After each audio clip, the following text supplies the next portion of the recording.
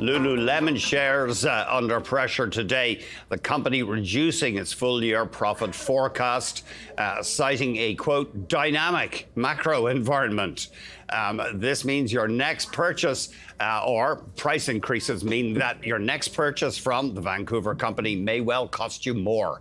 Let's get more on these results from Rick Patel, Senior Research Analyst at Raymond James. Rick, thanks very much indeed for joining us. So the company looking at shrinking sales in the Americas in the latest quarter. Yeah, it was a tough quarter for Lulu, and it's really a continuation of what I think has been a difficult trend over the course of the last year. When you think about the performance in 2024, same-store sales in the U.S. have been weak, and it's been the result of having not enough innovation, or at least the right products, in much of the last year. Well, the company went and chased innovation. There's more inventory. There's more newness in the stores, and it's still not seeing a positive inflection in same-store sales, which continue to be negative here in the first quarter print. And the company warning that on selected products, there's going to be price increases, apparently because of the tariffs.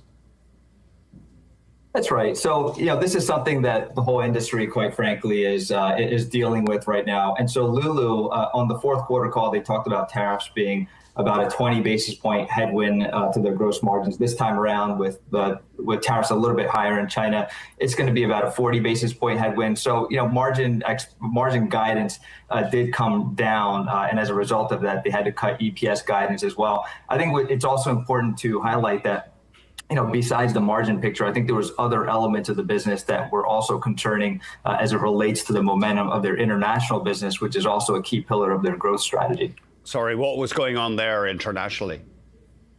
Yeah, so for international markets, we think about China. China's been one of the biggest growth markets the company has. And same-store sales slowed down to about 8% versus up north of mid-20% throughout all of last year. And they called out, a swing in the timing of Chinese New Year, which was about a 4-point impact. But even if you take that into account, it was a slowdown in same-store sales, which I think, just given the importance of China as a long-term market, was something concerning for a lot of investors. What could be happening in China? Is it the emergence of local competitors, for example?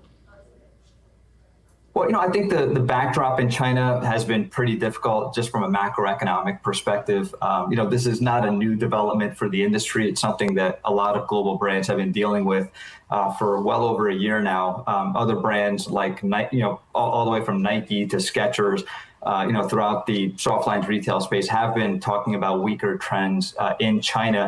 Lulu has been the one that's been the standout. I think they've been benefiting from just having lower brand awareness. Law of small numbers has been playing to their benefit and enabling them to have really strong growth in China. So they've been kind of immune to everything that's been going on in China throughout the last year. But then this quarter, they did see a slowdown as well. They didn't really highlight any specific reason for the slowdown, but it was certainly a notable deceleration in the trend line. Their challenges include players like Vuori, I hope I'm pronouncing that right, an American company based in San Diego with its athletic wear, and Alo is seen as another threat. Yeah, and that's been a big talking point for investors with Vuori and Alo, both in the early stages of growth. So I think what's interesting about these stories is that the newer emerging brands are really trying to play on Lulu's turf with premium athleisure wear. I would say since Lulu's been a public company, we've seen a lot of companies try to compete with them on the value side of things, just coming in at lower price points, having different customer cohorts that they go after. It's the first time in a long time they've had to deal with competition that's essentially trying to do what they're doing, which is trying to appeal to a higher income consumer with high quality products, with elevated price points, and really taking a much more thoughtful go-to-market strategy. So it is something that warrants watching, especially given the slowdown that we've seen in the U.S. business. And I think I would say that concerns are building that Lulu is at risk of losing share to those companies. And just finally, Rick, how have they been trying to renew the products? Is there any particular area direction they're going in? Lulu, I mean.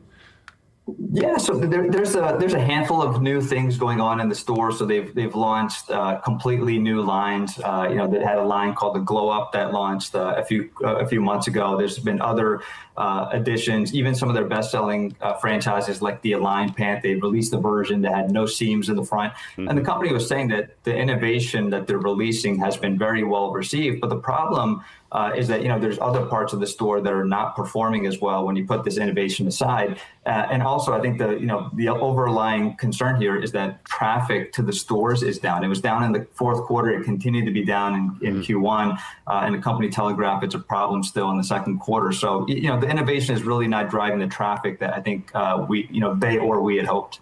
And Rick, you have a market perform on the stock. What point do you think you might go to a buy? When would it get cheap enough? Yeah, look, I don't think the risk reward is particularly compelling at this level. We look at things on a PE basis, and on that basis, it's trading at about north of 16 times for a company that we think is going to be growing EPS about 1% this year. Our estimate is about 10% next year. So we think it's a mismatch of valuation versus where EPS is going to grow. I think when we see better balance of those things, or at least we have more conviction that there's upside potential to the expectations that's out there, I think we would revisit our view. Thank you very much, Rick. Really appreciate it. Rick Patel has been our guest, Senior Research Analyst at Raymond James.